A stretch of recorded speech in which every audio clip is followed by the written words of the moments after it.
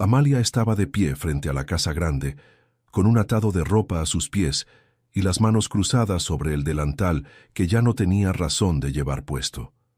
El sol de la tarde caía sobre el patio de tierra apisonada y el viento movía las hojas de los plátanos como si tampoco supiera qué hacer con lo que estaba pasando. 30 años. Ese número le daba vueltas en la cabeza, aunque ella no lo dijera en voz alta. Don Laureano había muerto hacía apenas 6 días, y la casa todavía olía a cera de las velas del velorio. Nadie había abierto ningún documento. Nadie había mencionado ningún testamento. Y sin embargo, ahí estaba Esteban, parado en el corredor de madera con los brazos cruzados, mirándola como se mira algo que ya no sirve. «Tráiganle su pago», dijo sin mirar a nadie en particular. Un capataz joven apareció por el costado del corral, tirando de una cuerda. Al otro extremo venía una oveja blanca, ya entrada en años, con el paso lento de quien ha caminado mucho en su vida. Los trabajadores que se habían reunido cerca de los galpones se quedaron sin decir nada. Algunos bajaron la mirada. Una mujer con un niño en brazos apretó los labios y miró hacia otro lado. Bueno, tampoco era como ella lo había imaginado, pensó Amalia, aunque su rostro no mostró nada de eso. «Esto es más que suficiente», dijo Esteban señalando al animal con la barbilla.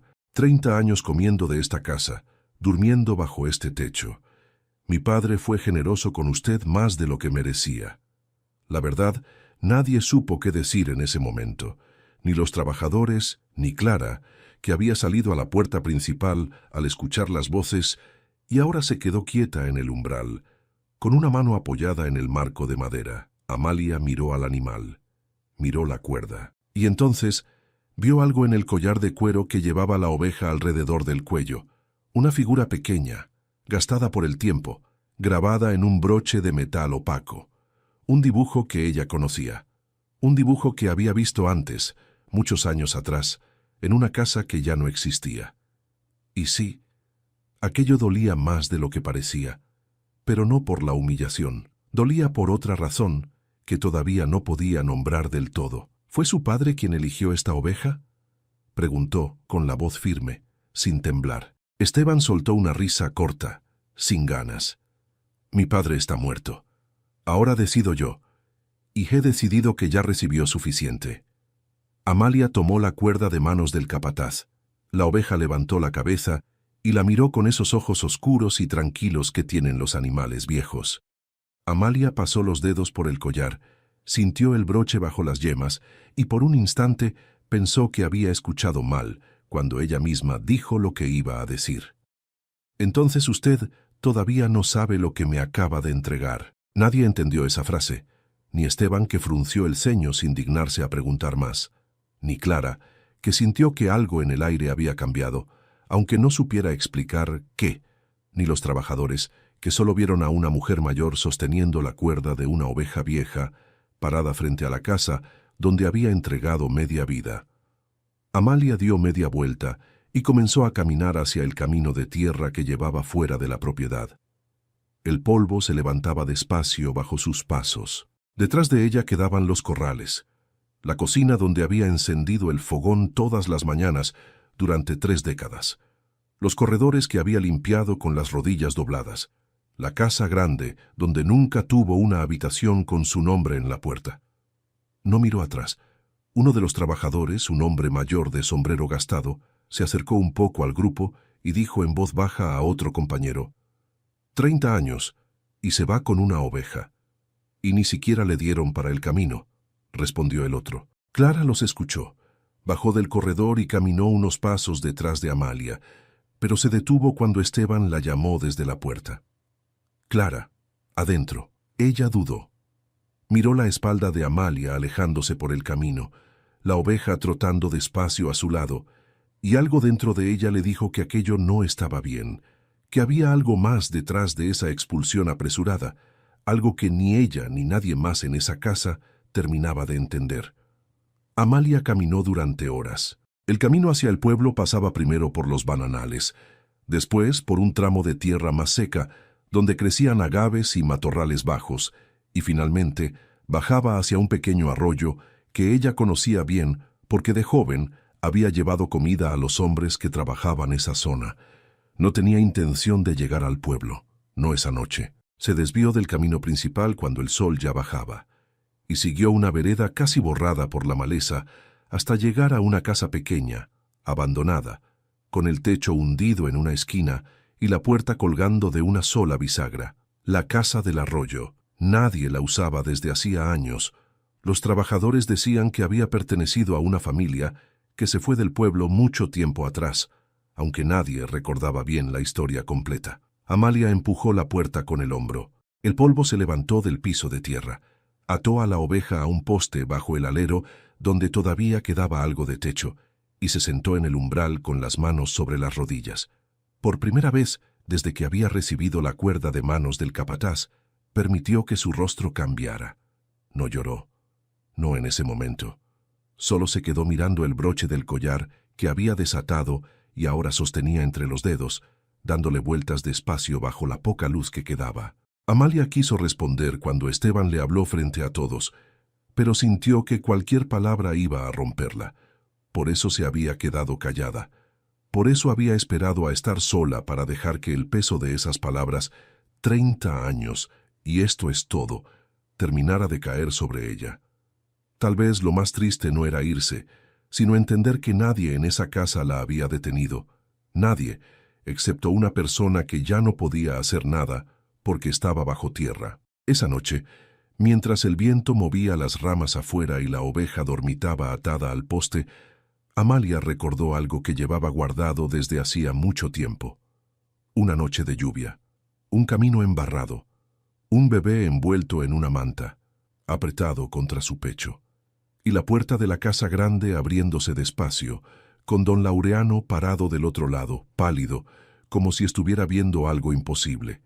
Esa imagen volvía siempre a ella en los momentos más difíciles, aunque nunca la completaba del todo. Se detenía siempre en el mismo punto, la puerta abierta, la lluvia cayendo, y la cara de don Laureano mirándola como si la conociera de otra vida. Amalia cerró los ojos. Después de tantos años, ¿de verdad esto es todo?, pensó, sin decirlo en voz alta, aunque la pregunta le pesaba en el pecho como una piedra. Al día siguiente, en la casa grande, Clara entró a la habitación donde su abuelo había pasado sus últimos días.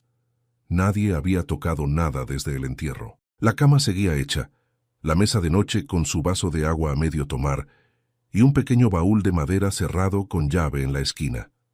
Clara se sentó al borde de la cama y se quedó mirando la ventana por donde entraba la luz de la mañana. Recordó las últimas palabras de su abuelo. No las había compartido con nadie, ni siquiera con Esteban, porque en ese momento le parecieron solo el delirio de un hombre que se estaba yendo. Don Laureano, en sus últimas horas, con la voz apenas un hilo, la había tomado de la mano y le había dicho: «Cuando yo no esté, busquen a Amalia. No dejen que se vaya sin escuchar lo que le debo». Clara le había preguntado qué quería decir con eso, pero él ya no pudo responder. Cerró los ojos poco después y no volvió a abrirlos. Ahora, sentada en esa habitación vacía, Clara sintió que había una verdad frente a ella, pero todavía no podía verla completa. Miró el baúl cerrado en la esquina y se preguntó si ahí adentro habría alguna respuesta. Se levantó, se acercó e intentó abrirlo. Estaba cerrado con llave y la llave no estaba a la vista. Desde el corredor escuchó la voz de Esteban dando órdenes a uno de los capataces sobre los bananales del sur, hablando de un comprador, de un trato que quería cerrar antes de fin de mes. Clara se quedó quieta, escuchando. Algo en la urgencia de esa voz le pareció extraña. Su abuelo apenas llevaba unos días bajo tierra, y Esteban ya estaba negociando la venta de tierras que ni siquiera sabían con certeza que le pertenecían por completo. Mientras tanto, en la casa del arroyo, Amalia se despertó con el sonido de pasos afuera. Se levantó rápido, con el corazón apretado, pensando que alguien había venido a echarla también de ahí. Pero cuando abrió la puerta, encontró a un hombre mayor, de manos curtidas y sombrero raído, parado a una distancia prudente, con un costal pequeño en las manos. Era Tomás. «Me enteré anoche», dijo él, sin rodeos, sin preguntar cómo estaba, porque ya sabía la respuesta con solo mirarla. Traje maíz, no es mucho. En realidad es casi nada, pero algo es algo. Amalia lo miró un momento antes de responder. No tenías que hacerlo. Usted me llevó comida durante años, cuando yo estaba en los bananales del fondo, y nadie se acordaba de mandar nada hasta el pueblo. No se me olvida eso. Ella bajó la mirada hacia el costal, y después hacia la oveja, que ya se había despertado y masticaba unas hierbas cerca del poste.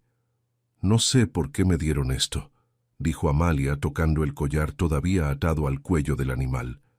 Pero no creo que haya sido solo por burla.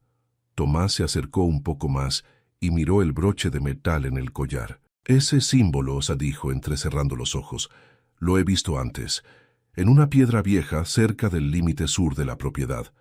Pensé que era solo una marca de otro tiempo. Amalia sintió que algo se movía dentro de su pecho, algo que llevaba 30 años quieto. Ese símbolo era de mi madre, dijo casi en un susurro, de doña Elvira. Tomás no dijo nada por un momento, solo la miró, entendiendo que había mucho más detrás de esas palabras de lo que ella estaba dispuesta a contar todavía. Compañero de historias, si te gustan estas historias que siempre traigo aquí, haz clic en el botón de like que aparece abajo, para que yo sepa que las estás disfrutando y pueda traerte muchas más historias. ¿De acuerdo, querido? Continuemos. Esa misma tarde, en la casa grande, Esteban revisaba los papeles de su padre en el escritorio del despacho. Buscaba documentos de propiedad, escrituras, cualquier cosa que confirmara los límites de la tierra antes de cerrar el trato con el comprador. Entre los papeles encontró un comprobante doblado varias veces con el sello de un cartorio de un pueblo distante. No entendía bien de qué se trataba, pero un nombre en el documento le llamó la atención de inmediato. Amalia. Y junto a ese nombre, una referencia borrosa a unas tierras que él nunca había escuchado mencionar, las tierras de doña Elvira. Esteban se quedó mirando el papel largo rato, con el ceño cada vez más apretado.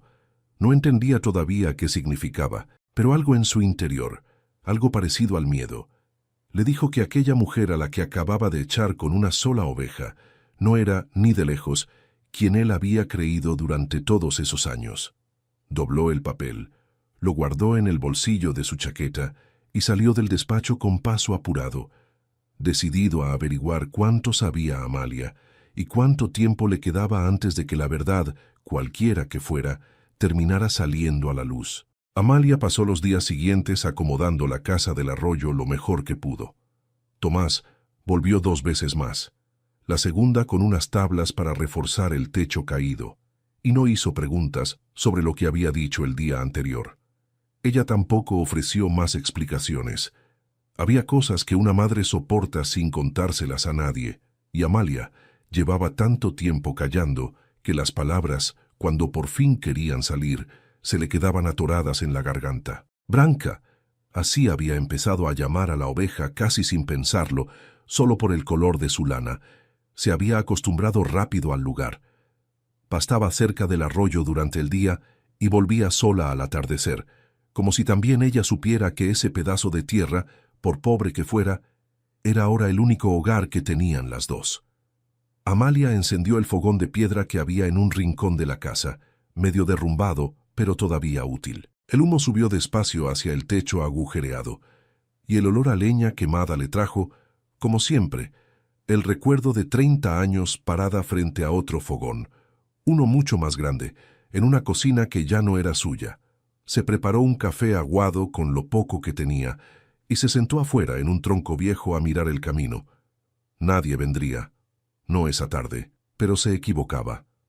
Antes de que el sol terminara de bajar, escuchó pasos rápidos entre los matorrales. Se puso de pie, alerta, y vio a Clara acercándose casi corriendo, con el vestido manchado de tierra en el dobladillo y la respiración agitada. «Amalia», dijo la muchacha, deteniéndose frente a ella, tratando de recuperar el aire. «Tenía que venir. Nadie sabe que estoy aquí. Clara, no deberías. Si tu tío se entera...» «No me importa lo que diga mi tío». Clara se pasó una mano por la frente, apartándose el cabello húmedo de sudor. «Amalia, mi abuelo dijo algo antes de morir, algo sobre usted». Amalia sintió que el pecho se le apretaba, pero no dejó que se le notara en la cara. ¿Qué dijo? Me tomó de la mano y me pidió que la buscáramos. Dijo, no dejen que se vaya sin escuchar lo que le debo. Clara la miró fijo, buscando alguna reacción. ¿Qué le debía a mi abuelo, Amalia? Por un instante, Amalia pensó que había escuchado mal, no por las palabras de Clara, sino porque durante 30 años había esperado, sin decírselo ni a sí misma, que algún día alguien le hiciera exactamente esa pregunta. Tu abuelo y yo teníamos una historia vieja, dijo al fin, eligiendo cada palabra con cuidado. Más vieja de lo que tú puedes imaginar, pero no es momento todavía de contarla completa. ¿Por qué no? Porque hay verdades que si se dicen a medias, hacen más daño que si se quedan calladas un poco más. Amalia bajó la voz. Confía en mí, Clara. Cuando sea el momento vas a entender todo. Ahora necesito que me ayudes con otra cosa. Le mostró el collar de branca, el broche gastado con el símbolo grabado. ¿Reconoces esto? Clara lo estudió de cerca. Negó con la cabeza. No, pero puedo preguntar. Mi abuelo guardaba muchos papeles viejos en un baúl de su cuarto. Está cerrado con llave y no la encuentro por ningún lado. Amalia se quedó mirando el broche un momento y después, casi sin darse cuenta, pasó los dedos por la parte interna del cuero del collar. Notó algo raro, una costura distinta al resto, más gruesa, como si hubiera sido cosida de nuevo después de hecha. Clara, ¿tienes un cuchillo pequeño o una tijera? La muchacha buscó en el bolsillo de su vestido y sacó una navaja pequeña que usaba para cortar hilos. Amalia la tomó con manos que, por primera vez en mucho tiempo, temblaban un poco. Cortó la costura despacio, con cuidado de no dañar lo que hubiera adentro. Y ahí, envuelta en un pedazo de tela encerada para protegerla de la humedad, apareció una llave pequeña, oscura, con un diseño antiguo en la cabeza. Las dos se quedaron mirándola en silencio. Esto no es casualidad, dijo Clara finalmente. Nadie esconde una llave dentro del collar de una oveja sin una razón. No, respondió Amalia, cerrando la mano alrededor de la llave. Tu abuelo la puso ahí a propósito. Sabía que Esteban revisaría la casa, los cajones, los escritorios, pero nunca pensó en revisar el collar de un animal que él mismo mandó regalar como si no valiera nada. ¿Y qué abre esta llave? Amalia miró hacia el camino, hacia la dirección donde, más allá de los bananales, más allá del arroyo, se extendían los límites viejos de una tierra que ella conocía mejor que nadie. No sé todavía, pero voy a averiguarlo. Esa misma noche, en la casa grande, Esteban no podía dormir. Había vuelto a sacar el comprobante del bolsillo de su chaqueta y lo leía una y otra vez, bajo la luz de una vela, tratando de entender el lenguaje formal y enredado del documento. Reconocía el sello del cartorio, reconocía la firma de su padre, pero no lograba entender del todo qué había registrado exactamente, ni por qué el nombre de una empleada aparecía junto a una mención a tierras que él nunca había visto en ningún mapa de la propiedad. Bajó al despacho, encendió otra vela y empezó a revisar cajón por cajón, carpeta por carpeta. No encontró nada más. Ningún testamento, ninguna copia, solo viejas facturas, cartas de negocios y un cuaderno con anotaciones sobre las cosechas de los últimos 20 años. Esteban intentó mostrarse tranquilo frente a los trabajadores al día siguiente, aunque por dentro ya sabía que algo se estaba saliendo de control. Mandó llamar al escribano del pueblo, un hombre con el que tenía negocios desde hacía años, y le preguntó directamente si sabía algo sobre un testamento registrado en otro cartorio. El escribano, incómodo, admitió que don Laureano había dejado de confiarle sus asuntos legales en los últimos meses de vida.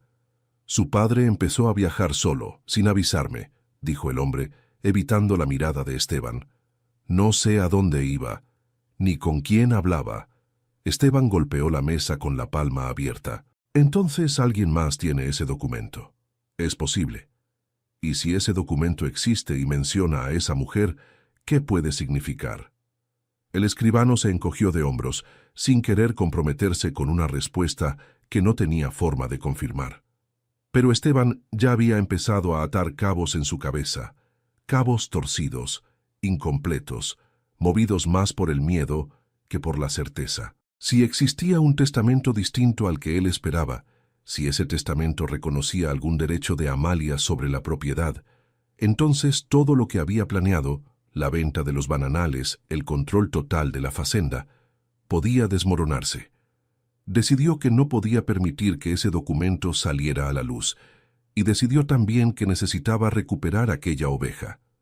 Los trabajadores de los bananales empezaron, uno por uno, a acercarse a la casa del arroyo. El primero fue un hombre llamado Pascual, que llegó con un atado de leña al hombro y lo dejó junto a la puerta sin decir mucho más que un saludo breve. «Usted cuidó a mi hija cuando tuvo fiebre, hace años», dijo, como si eso explicara todo. «No se me olvida». Después llegó una mujer joven con un poco de pan envuelto en un paño, y detrás de ella, casi al mismo tiempo, un anciano que caminaba apoyado en un bastón y que dejó una manta doblada sobre el tronco donde Amalia solía sentarse. «Usted rezó por mi esposo cuando se estaba muriendo», dijo el anciano.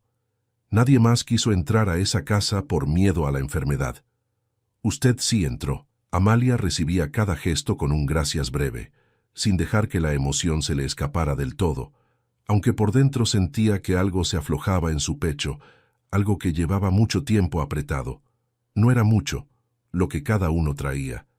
En realidad, era casi nada, comparado con 30 años de trabajo. Pero juntos, esos pequeños gestos empezaron a llenar la casa del arroyo de una manera que ningún salario le había dado nunca. Tomás observaba todo esto desde cierta distancia, apoyado en el marco de la puerta, con Sombra, su perro, un animal de pelo oscuro y mirada atenta, sentado junto a sus pies. «La gente no olvida quién los ayudó cuando nadie más lo hacía», le dijo a Amalia una tarde, mientras ella remendaba una manta vieja. «Esteban puede tener la casa grande, pero usted tiene algo que él nunca va a tener». «¿Qué cosa?» «El respeto de quienes trabajan la tierra de verdad». Amalia sonrió apenas, un gesto pequeño, casi imperceptible, pero real. La búsqueda de lo que abría la llave se convirtió, en los días siguientes, en el centro silencioso de todo lo demás. Amalia recordaba que don Laureano había sabido, desde el principio, que ella terminaría refugiándose en la casa del arroyo si alguna vez la echaban de la fazenda. Era el único lugar fuera de la propiedad principal que ella conocía tan bien como su propia mano. El único rincón donde había pasado tiempo antes, incluso de empezar a trabajar en la casa grande. «Si él quería que yo encontrara algo», le dijo a Tomás una noche, mientras los dos revisaban el piso de tierra de la casa con un candil, «lo habría escondido aquí, en algún lugar que solo yo reconociera». Golpearon el piso, tabla por tabla, buscando algún sonido hueco. Sombra, que había estado tranquilo hasta ese momento, se levantó de golpe y empezó a rascar con las patas una esquina cerca del fogón de piedra, gruñendo bajo, como si hubiera sentido algo que los humanos todavía no percibían. Tomás se acercó, apartó al perro con suavidad y golpeó esa parte del piso. El sonido fue distinto, más hueco. «Aquí», dijo, mirando a Amalia. Ella se arrodilló junto a él y con las manos temblando otra vez, empezaron a levantar las tablas sueltas. Esteban intentó mostrarse tranquilo cuando llegó, esa misma noche, sin avisar, acompañado de 2 hombres, hasta el borde del camino que llevaba a la casa del arroyo. Se había cansado de esperar respuestas del escribano y había decidido actuar por su cuenta. «Quiero esa oveja de vuelta», dijo deteniéndose a una distancia prudente cuando vio a Tomás salir a su encuentro con el farol en alto. «Fue un error entregarla. Mi padre no estaba en sus cabales cuando dio esa orden». «La oveja no le pertenece a usted», respondió Tomás sin moverse. «Se la dieron a Amalia delante de todos. Eso no se deshace ahora porque le convenga». Sombra empezó a gruñir desde las sombras y uno de los hombres que acompañaba a Esteban dio un paso atrás incómodo. Esteban miró hacia la casa, hacia la luz débil del candil que se filtraba por la puerta entreabierta y por un momento pareció que iba a insistir. Pero algo en la mirada firme de Tomás y en el gruñido bajo del perro lo hizo reconsiderar. «Esto no termina aquí», dijo finalmente, dando media vuelta. «Esa mujer no tiene derecho a nada en esta propiedad, y voy a demostrarlo». Se fue por donde había venido, con sus hombres detrás dejando atrás una amenaza que quedó flotando en el aire como el humo de una fogata recién apagada. Adentro de la casa, sin haber escuchado ni una palabra de esa conversación, Amalia terminó de levantar la última tabla del piso. Debajo, envuelta en tela vieja y protegida por una capa de cuero curtido, apareció una caja de metal pintada de un azul desteñido por el tiempo. Amalia la sostuvo entre las manos, sintiendo su peso, sintiendo que ese objeto llevaba dentro algo que iba a cambiar todo lo que ella creía saber sobre su propia vida. Esteban intentó mostrarse tranquilo, aunque por dentro ya sabía que algo se estaba saliendo de control, dijo Tomás entrando justo en ese momento y viendo la caja en manos de Amalia. Vino por la oveja. Amalia no respondió enseguida. Miró la cerradura pequeña de la caja azul y después la llave que llevaba guardada desde hacía días, atada con un hilo alrededor del cuello. No es la oveja lo que él busca en realidad, dijo finalmente con la voz baja. Es esto. Introdujo la llave en la cerradura. Encajó perfecto, y antes de girarla se detuvo un instante con los ojos cerrados, como si necesitara reunir toda la fuerza que le quedaba después de 30 años de silencio. Amalia giró la llave, y la tapa de la caja azul cedió con un chirrido metálico, como si llevara 30 años esperando ese momento exacto para abrirse. Adentro, todo estaba envuelto en tela para protegerlo de la humedad. Amalia sacó los objetos uno por uno, despacio, con el mismo cuidado con que se toca algo que puede desmoronarse si se aprieta demasiado fuerte. Primero, una escritura antigua, con letras descoloridas y un sello que ella no reconoció de inmediato. Después, un documento más pequeño, doblado en 4 partes, una certidumbre de nacimiento. Amalia la abrió y sintió que el aire se le quedaba atrapado en el pecho al leer el nombre escrito ahí. El suyo. Amalia, hija de Elvira. Debajo, envuelta con más cuidado que el resto, había una fotografía pequeña de bordes gastados. Amalia la sostuvo bajo la luz del candil y reconoció, con el corazón golpeándole fuerte, a una mujer joven, ella misma, muchos años atrás, parada frente a una casa que ya no existía, con un bebé envuelto en los brazos. «Esa soy yo», susurró, más para sí misma que para Tomás, que observaba en silencio desde un rincón de la habitación.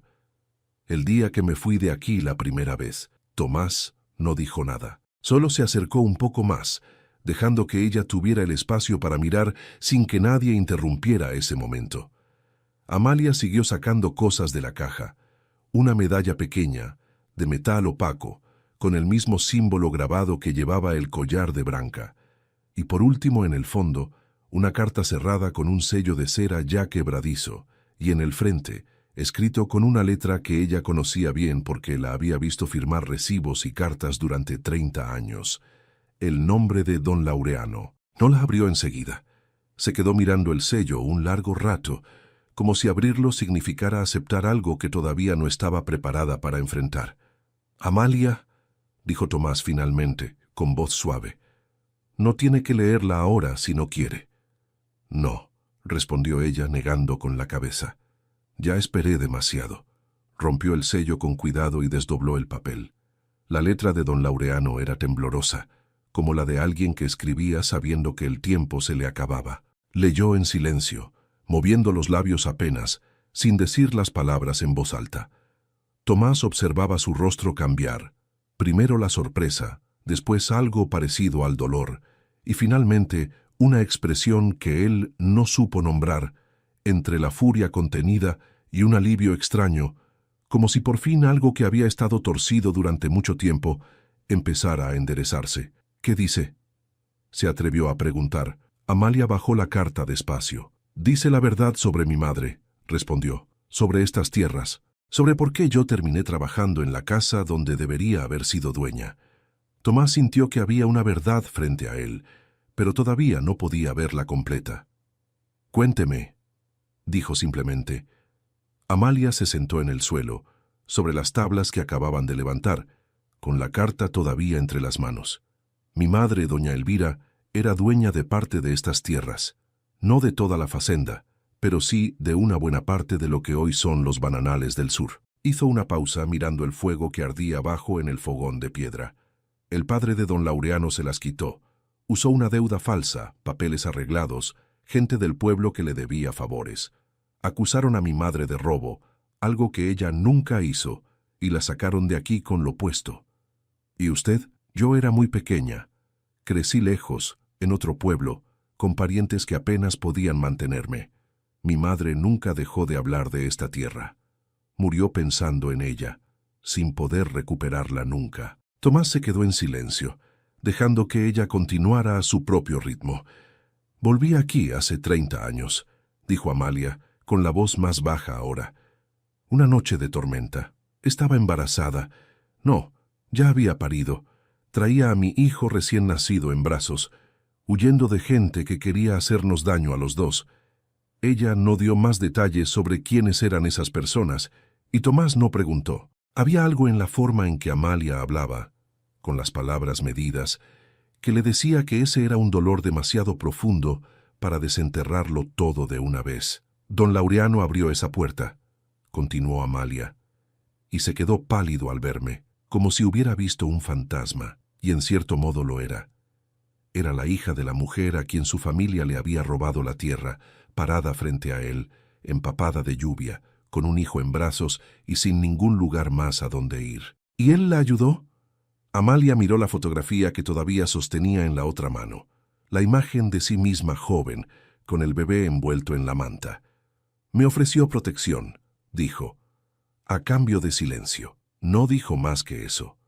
Tomás sintió que había llegado hasta el borde de algo mucho más grande, algo que Amalia todavía no estaba lista para terminar de contar, y respetó esa frontera sin insistir. «¿Qué va a hacer ahora con todo esto?», preguntó en cambio. Amalia guardó con cuidado los documentos de vuelta en la caja azul, todos excepto la carta, que dobló y guardó dentro de su blusa, cerca del pecho. «Necesito que esto llegue a manos seguras», dijo.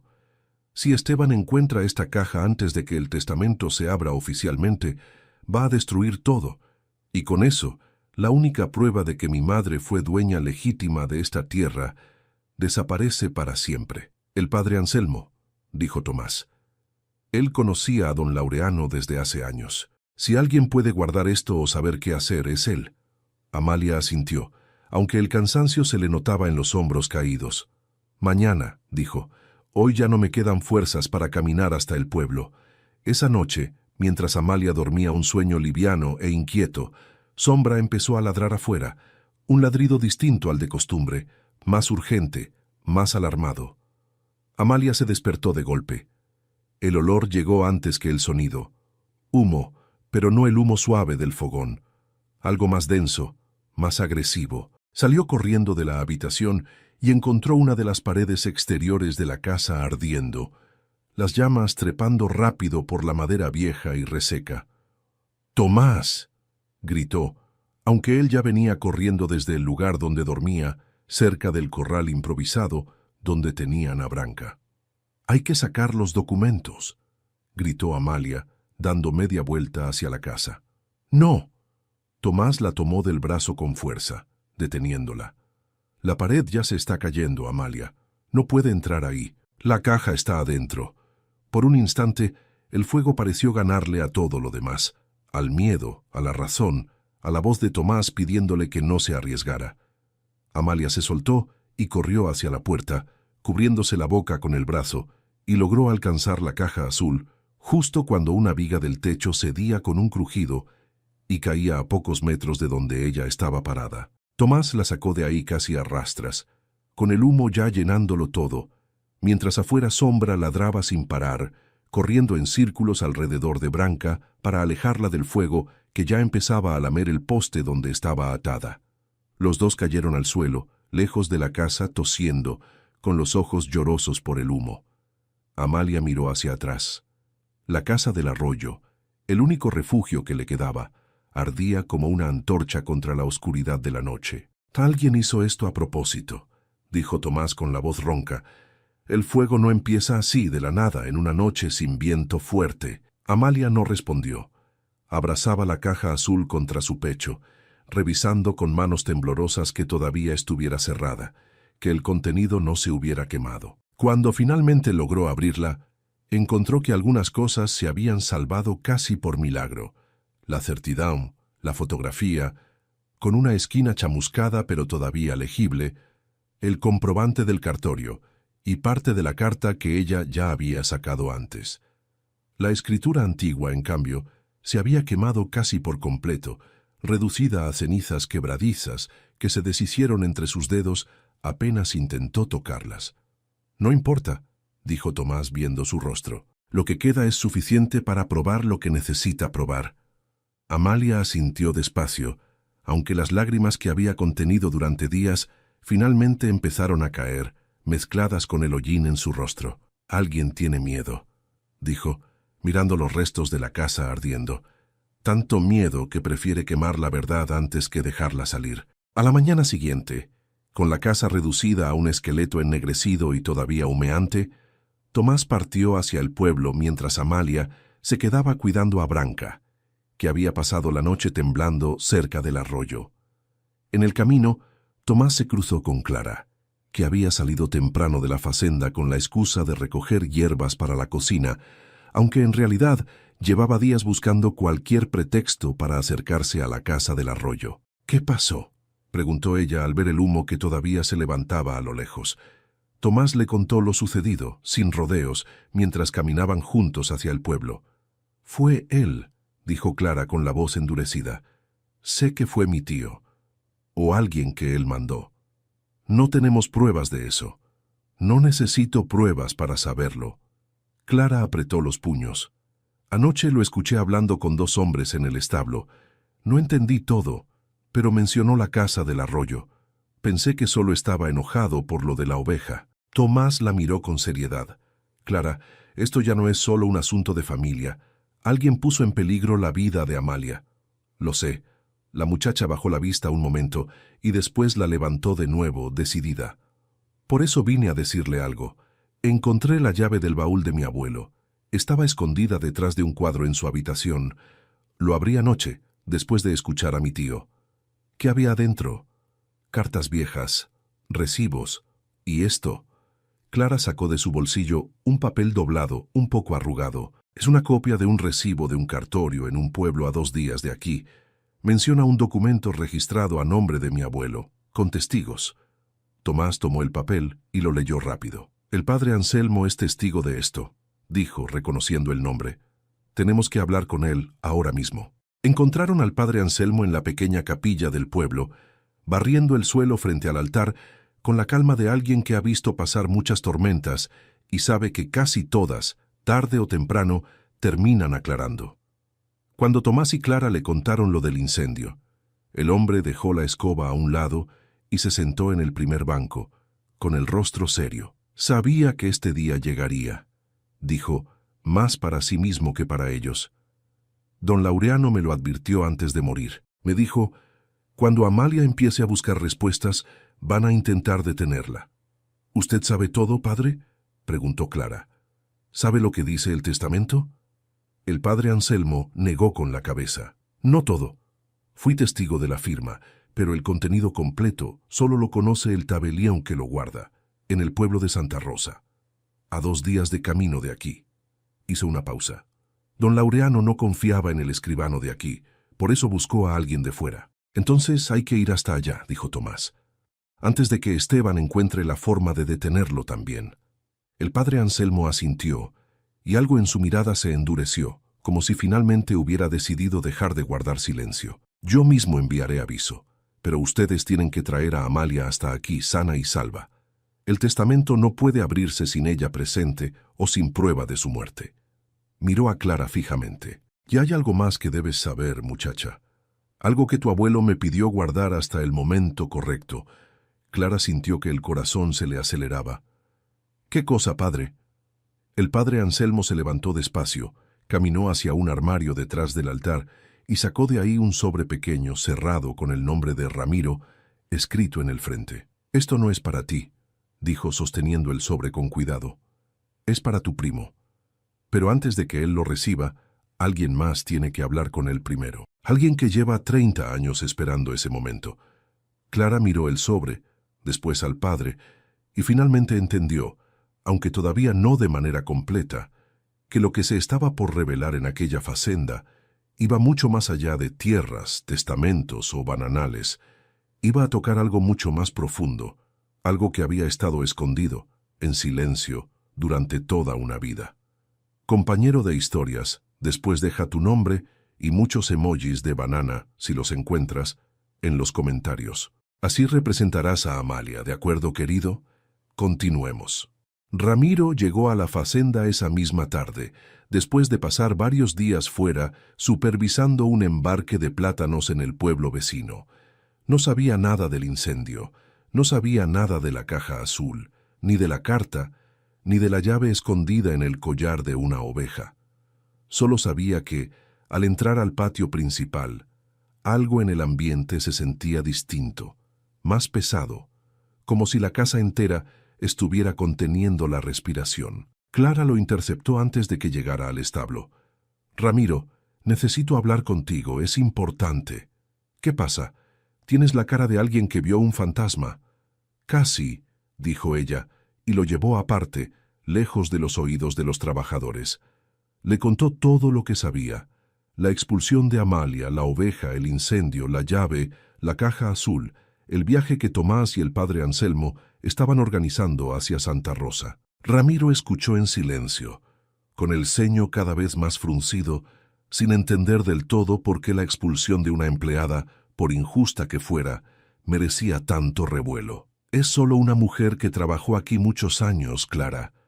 Lamentable lo que le pasó, pero no entiendo qué tiene que ver conmigo». Clara lo miró fijo, y por primera vez en su vida, dudó antes de hablar con su primo. «Ramiro, el padre Anselmo tiene una carta para ti. Dijo que alguien tiene que hablar contigo antes de que la leas». «¿Quién?». Clara no respondió. No le correspondía a ella decirlo. Esa noche Amalia caminó hasta el pueblo, apoyada en un bastón que Tomás le había hecho con una rama gruesa, todavía con el cuerpo dolorido por el humo y el cansancio de los últimos días. Branca caminaba a su lado, atada con una cuerda nueva, como si el animal ya no pudiera separarse de ella después de todo lo que habían pasado juntas. Llegó a la capilla al anochecer. El padre Anselmo la esperaba en la puerta, y detrás de él, sentado en uno de los bancos de madera, con la espalda rígida y las manos cerradas sobre las rodillas, estaba Ramiro. Amalia se detuvo en el umbral. Durante 30 años había imaginado 1000 formas distintas de ese momento, y ninguna se parecía a esto. Ella cubierta de polvo y humo, él mirándola con una mezcla de curiosidad y desconfianza, sin saber todavía que estaba frente a la persona que más lo había amado en toda su vida. «Amalia», dijo Ramiro poniéndose de pie. «Clara me dijo que pasó por mucho. Lo siento, lo de la oveja, lo del incendio. No está bien lo que hizo mi tío». «Gracias», respondió ella, con la voz apenas firme. El padre Anselmo se acercó, con el sobre cerrado todavía en las manos. «Ramiro, tu abuelo dejó esto para ti. Pero antes de dártelo, quiero que sepas que hay una persona en esta habitación que puede explicarte mejor que cualquier papel lo que ese sobre contiene». Ramiro miró al padre, después a Amalia sin entender. «¿Amalia?». Ella dio un paso adelante. Sintió que las piernas le pesaban más que nunca, más que después de 30 años de trabajo, más que después de la caminata desde la casa del arroyo. «Ramiro, hay algo que tenía que haberte dicho hace mucho tiempo y que nunca pude decir». Se detuvo, buscando fuerzas. «Cuando yo llegué a esta facenda, hace 30 años, no llegué sola. Traía un bebé conmigo, un bebé recién nacido envuelto en una manta, huyendo de gente que quería hacernos daño a los dos». Ramiro sintió que algo se movía en su pecho, algo incómodo, aunque todavía no entendía por qué. «¿Y qué tiene que ver eso conmigo? Tu padre...». Amalia respiró hondo. «Don Laureano prometió proteger a ese bebé como si fuera su propio hijo. Prometió criarlo dentro de la familia, darle un nombre, una vida segura. A cambio, me pidió que yo guardara silencio para siempre sobre quién era realmente esa criatura». «Amalia, no entiendo qué me está diciendo». «Ese bebé eras tú, Ramiro». El silencio que siguió fue tan denso que hasta el crujido de la madera de los bancos pareció detenerse. «Yo no me quedé por la casa», dijo Amalia con las lágrimas ya cayendo, sin poder contenerlas más. Me quedé por alguien que vivía dentro de ella. Me quedé por ti. Ramiro dio un paso atrás, como si las palabras lo hubieran empujado físicamente. Eso es imposible. Mi madre, la esposa de don Laureano, te crió, te amó, te dio su apellido. Pero no te dio la vida, Ramiro. Yo lo hice. No. La voz de Ramiro salió más fuerte de lo que él mismo esperaba, rebotando contra las paredes de la pequeña capilla. Esto no puede ser verdad. Usted era la empleada, la mujer que cocinaba, que limpiaba los corredores. Y ahora quiere decirme que es mi madre, después de 30 años sin decir una sola palabra. Ramiro, 30 años, Amalia. 30 años viéndome crecer, viéndome enfermarme, viéndome casarme sin decirme nunca la verdad. ¿Qué clase de madre hace eso? Amalia no respondió enseguida. Sabía que cualquier palabra que dijera en ese momento, por cierta que fuera, iba a sonar hueca frente al dolor y la furia que Ramiro tenía derecho a sentir. La clase de madre que prefirió perder el derecho de ser llamada así con tal de mantenerte con vida, dijo finalmente con voz quebrada pero firme. Tu padre, el hombre que tú conociste como tu padre, me hizo elegir entre decir la verdad y arriesgar tu vida, o quedarme callada y verte crecer seguro, aunque fuera desde lejos, aunque fuera sirviéndote la comida sin poder abrazarte como quería. Ramiro se dio la vuelta con las manos en la cabeza, tratando de ordenar 30 años de recuerdos que de golpe empezaban a verse distintos. Todo este tiempo, murmuró más para sí mismo, cuando yo enfermaba, usted siempre sabía antes que nadie. Cuando yo tenía miedo de la tormenta de niño, siempre aparecía con algo caliente para tomar, sin que nadie se lo pidiera. Cuando me fui a trabajar a los bananales del sur por primera vez, usted lloró en la cocina. Yo la vi, escondida detrás de la puerta, y pensé que estaba loca. No estaba loca, dijo Amalia. Estaba despidiendo a mi hijo, sin poder decirle que lo era. Ramiro se giró hacia ella, con el rostro descompuesto entre la rabia y algo mucho más profundo, un dolor que no sabía todavía cómo nombrar. Necesito tiempo, dijo con la voz rota. No puedo aceptar esto así, de un momento a otro. Y salió de la capilla sin mirar atrás, dejando a Amalia parada en medio del silencio, con las manos vacías y el corazón partido de una manera distinta a como se había partido 30 años atrás. El padre Anselmo se acercó despacio y le puso una mano en el hombro. «Dale tiempo», dijo. «Un corazón no puede reordenar toda una vida en un solo instante, pero la verdad ya está dicha. Eso no se puede deshacer». Amalia asintió, aunque las lágrimas seguían cayendo. Después de tantos años esperando decir esas palabras, susurró, «No pensé que dolería tanto decirlas». 2 días después, el tabelión de Santa Rosa llegó a la Facenda Santa Esperanza, acompañado por Tomás, que había cabalgado sin descanso para llevar el aviso a tiempo. El tabelión, un hombre de edad avanzada, de gestos pausados y voz clara, explicó frente a todos los reunidos, trabajadores, Clara, Esteban y finalmente Amalia, que entró apoyada en su bastón, con Ramiro un poco detrás, todavía distante pero presente, que había intentado contactar a la familia meses atrás, pero había recibido una notificación firmada por Esteban informando que Amalia había desaparecido, posiblemente muerta. Un murmullo recorrió el salón principal, ese mismo salón donde Amalia había servido café y comida durante 30 años, ahora convertido en el escenario de su propia justicia. «Eso es mentira», dijo Esteban, pálido, dando un paso al frente. «Yo nunca envié tal notificación. Tengo la carta firmada, señor», respondió el tabelión sacando un documento de su maletín, con su nombre y su sello. Clara se adelantó, sosteniendo en sus manos los documentos rescatados del incendio, la certidão, la fotografía con la esquina chamuscada, el comprobante del cartorio, la medalla con el símbolo de doña Elvira. «Y aquí está la prueba de que Amalia está muy viva y de que mi tío sabía exactamente lo que estaba tratando de ocultar». El padre Anselmo dio un paso adelante también, confirmando ante todos que había sido testigo de la firma del testamento y que don Laureano había dejado instrucciones explícitas. El documento solo podía abrirse en presencia de Amalia. Esteban Acorralado por las miradas de los trabajadores, por la evidencia sobre la mesa y por el silencio pesado de Ramiro que lo observaba sin decir una palabra, finalmente cedió. Encontré una referencia al testamento entre los papeles de mi padre, admitió con la voz apretada. Vi el nombre de esa mujer junto a una mención de tierras que yo no conocía. Tuve miedo de perderlo todo. Por eso la eché antes de que se abriera el testamento. Por eso mandé recuperar la oveja. Por eso... Dudó un instante. Por eso ordené que se deshicieran de cualquier documento que pudiera estar en esa casa. ¿Ordenaste el incendio?, preguntó Ramiro, hablando por primera vez desde que había entrado al salón, con la voz fría. Esteban no respondió, pero su silencio fue respuesta suficiente.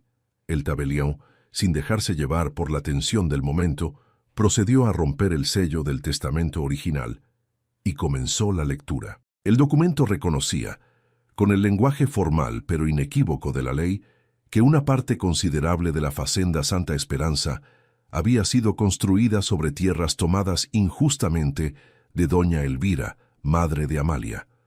Reconocía a Amalia como heredera legítima de esa parte de la propiedad.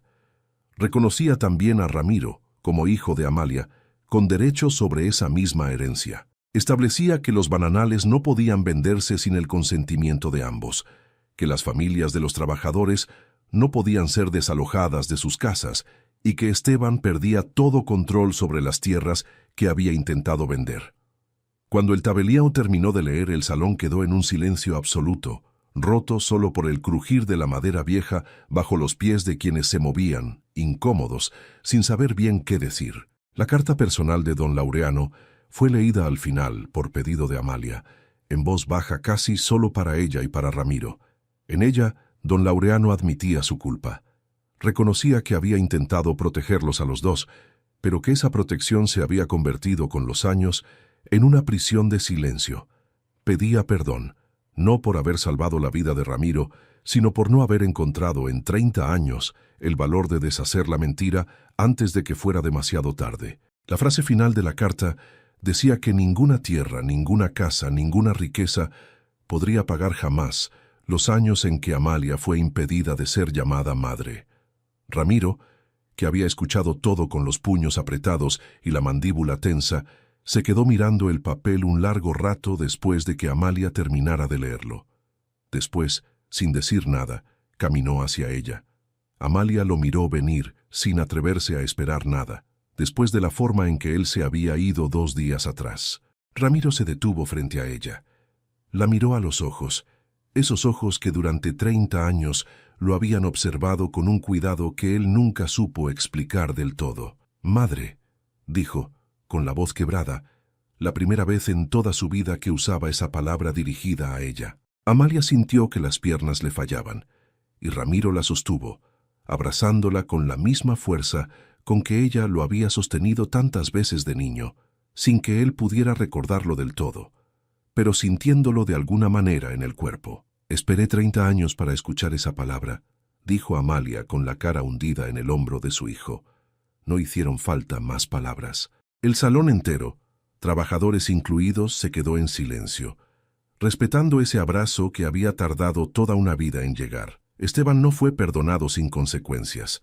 La justicia del pueblo, con el testimonio del tabelião, del padre Anselmo y de los documentos recuperados, lo obligó a responder por el incendio y por la falsificación de la notificación enviada al cartorio. Perdió el control sobre la facenda y se le permitió conservar solo una pequeña parte de tierra, insuficiente para volver a tener poder sobre nadie. Amalia no pidió venganza. Cuando le preguntaron qué quería que pasara con Esteban, respondió simplemente que la justicia siguiera su curso y que ella ya había recuperado lo único que realmente le importaba. La venta de los bananales fue cancelada. Las familias de los trabajadores se quedaron en sus casas. Ramiro, con el tiempo, empezó a administrar la facenda de una manera distinta, a como su tío había querido hacerlo, escuchando a los trabajadores, recordando todo lo que Amalia le había enseñado sin que él supiera, durante años que estaba aprendiendo de su propia madre. Amalia eligió no mudarse a la casa grande, prefirió que reconstruyeran la casa del arroyo, con un techo nuevo y paredes firmes, y ahí volvió a encender el fogón de piedra cada mañana. Clara la visitaba seguido. Tomás siguió cerca, ayudándola con la tierra, sin que la relación entre ellos necesitara más nombre que el respeto y la lealtad que se tenían. Sombra dormía cada noche junto a la puerta. Branca, la oveja que un día fue entregada como una humillación, pastaba tranquila en un pequeño cercado junto a la casa, convertida ahora en el recuerdo vivo de todo lo que había cambiado. Una tarde, meses después, Amalia caminaba junto a Ramiro entre los bananales, esta vez sin cargar ninguna olla, sin llevar comida a nadie, solo caminando junto a su hijo bajo la sombra de las hojas que se movían con el viento. «¿Por qué nunca se fue de aquí?», le preguntó Ramiro. «Después de todo lo que pasó con mi abuelo, con el silencio, pudo haberse ido a cualquier otro lugar». Amalia se quedó pensando un momento, mirando el camino de tierra que tantas veces había recorrido cargando el peso de su secreto. «Algunas personas se quedan donde fueron heridas», dijo finalmente, «porque todavía esperan encontrar ahí lo que les fue quitado». Ramiro la miró, entendiendo por fin de una manera que las palabras del testamento nunca podrían haberle explicado, todo lo que su madre había sacrificado en silencio durante 30 años. Amalia tomó la mano de su hijo, y los dos siguieron caminando entre los bananales, con el sonido del viento en las hojas y el olor a tierra húmeda envolviéndolo todo. Todos en la fazenda habían creído, durante 30 años, que Amalia se quedaba por un techo, por comida, por un trabajo seguro. La verdad era mucho más simple y mucho más profunda. Se había quedado por Ramiro. Le dieron una sola oveja pensando que se estaban deshaciendo de una vieja empleada. Sin saberlo, le entregaron la llave de toda la verdad. Y al final, el mayor premio de Amalia no fueron las tierras, ni la casa, ni el reconocimiento de todo el pueblo. Fue recuperar su nombre, su dignidad, la verdad que había guardado durante 3 décadas, y sobre todo, el derecho de caminar junto a su hijo y ser, después de tanto tiempo, simplemente su madre.